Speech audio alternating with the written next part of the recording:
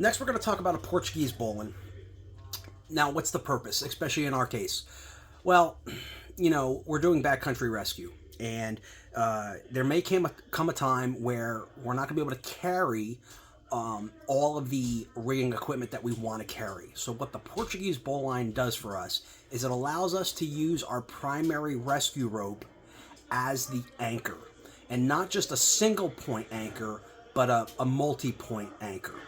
All right, so I'm going to tie this for you without using legs to secure it to, but it works the same way. Now, I tie it a little bit differently than most people show you because I find it's confusing, especially if you're trying to learn this very rapidly and if you're tying it rapidly, because there's some flips and some other things that you have to do, and it just makes things complicated.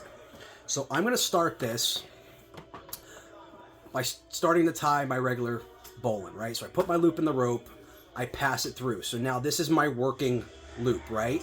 Now once I'm here, I'm gonna just follow this back around to create a second loop, pass it through, okay? So now I have two loops, and I'm gonna finish my bowline off, all right? Finish my bowline off like I normally would.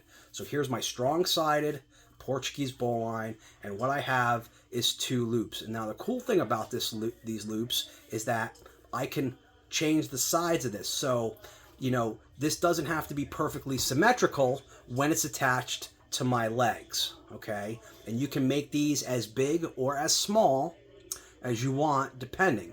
And the great thing is that this still works with the Yosemite backup. So here I am, right? I come around, back through, and back towards the dead end of my rope, or in this case would be the anchor. Or not the anchor, but the working end of my rope, because this is going to be my anchor here, like this. All right, so that is the Portuguese bowline. And like I said, you can manipulate these loops and change them for whatever size you need them.